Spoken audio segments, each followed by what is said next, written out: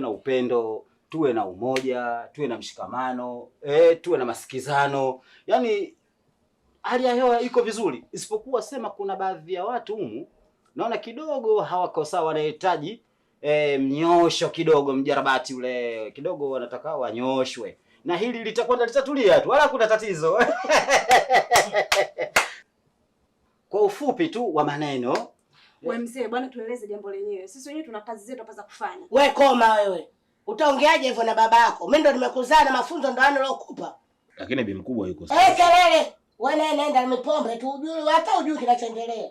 Wabi mkubwa avungeni basi mbona kama hivyo bwana. Sisi na mambo mengi ya kufanya ichenge.